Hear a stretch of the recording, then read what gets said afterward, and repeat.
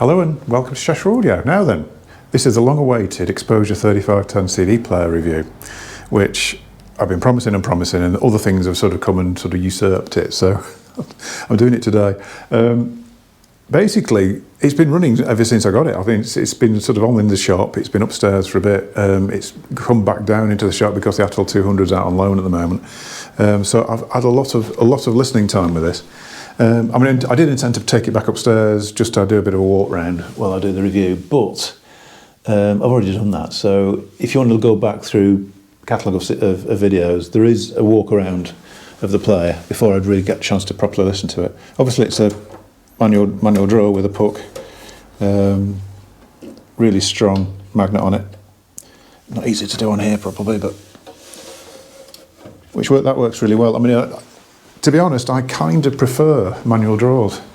You don't get the issues of reliability in later life with them. I mean, to be honest, automated drawer and mechanical drawers, the problem you get with them is the belts start to go and then they start to get quirky and whatever, whereas with the manuals you don't. Apart from Arcam, I don't think there's been any that have had any sort of physically broken bits in them. They used to have a bit of an issue with one of the cogs in the drawer mech used to rot for some reason. It used to just crumble. Early ones, what was it?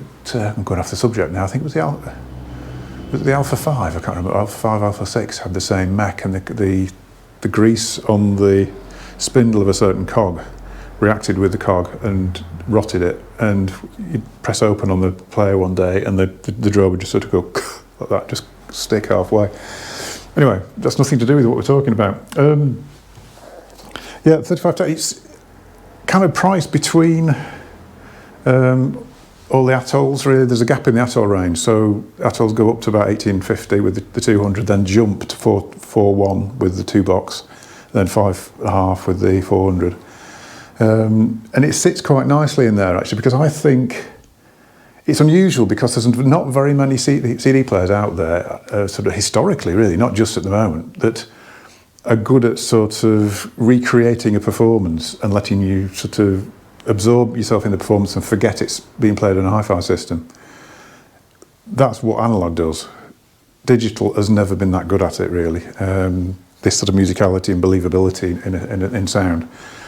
The Atolls are really good at it. Historically, things like Name CDX2, 555 CD player, the Top Riga one, which I can never remember the name of, Osiris or Isis, one of those two, but that's a really good player. Obviously there's been things like DCS and some of the big Meridian stuff like that has been really good as well, but it's generally, there's not been that many players which, CD sort of had its own sound and you sort of keyed into that or you didn't, but there were the odd one that just seemed to just step over and do this special thing. And the Exposure does that. I think the Exposure to me sounds very, very like an MCDX2. It's got that sort of precision about it. Whether or not that's a good thing to say for some people, because some people are a bit anti-name, but it has got a sort of precision in the sound. Yes, it is a better player than the Atoll 200, and I didn't think I was going to say that. Whether it justifies the extra cost because it's an extra £700 over the 200, not sure. It's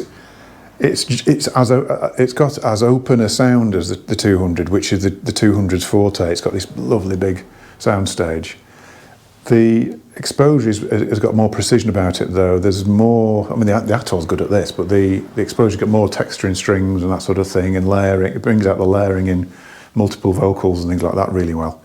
And it's just one of those players you can just sit and enjoy your music and forget, like I say, you forget you're listening to a hi-fi system and you just want more of it. You just want to keep pulling the music out. The slight problem for the Exposure is going to be, and this is a different announcement really, we're going away from, so yeah, it's a brilliant player. Let's just conclude that. Brilliant player, absolutely love the way it presents things, the build quality is superb. I would gladly take one home and listen to it and live with it. It's on my list of favourite players, easily, along with Atoll. Getting back to Atoll, just had the announcement, and this might mess things up a little bit, but we'll see. We know that there's the Evo versions now. They've gone from Signature to Evo. Didn't know what the Evo mod or upgrade meant, but as of about half an hour ago, yes I do now, what the Evo is, the CD50, the CD100, the 50, the 80, the 100, the 200 are getting a new transport, which is a better version of the TX transport and a power supply mod.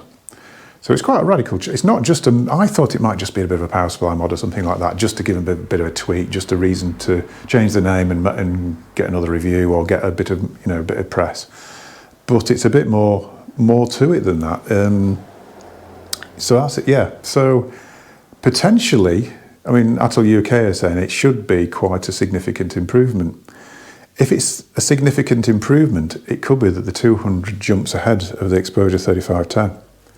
But we'll see. So, on that note, don't forget to give a like and a subscribe, and I will see you in a future video. I've got some really interesting speakers upstairs, so if you see me in the next video in the same jumper, I'm actually going straight up now to do a video of a very interesting prototype that I've been lent. See you soon.